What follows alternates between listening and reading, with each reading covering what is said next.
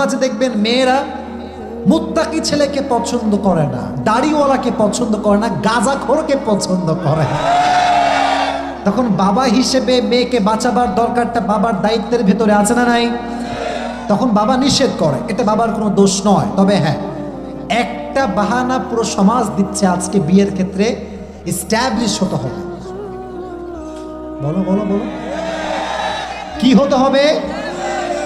Establish হতে হতে আমাদের অর্ধেক যৌবন তামা হয়ে গিয়েছে।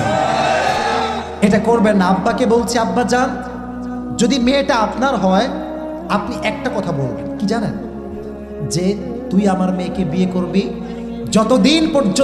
যতদিন পর্যন্ত ছেলে এস্টাবলিশ না হচ্ছে আমার মেয়েকে আমি চালাবো। ঠিক আছে না?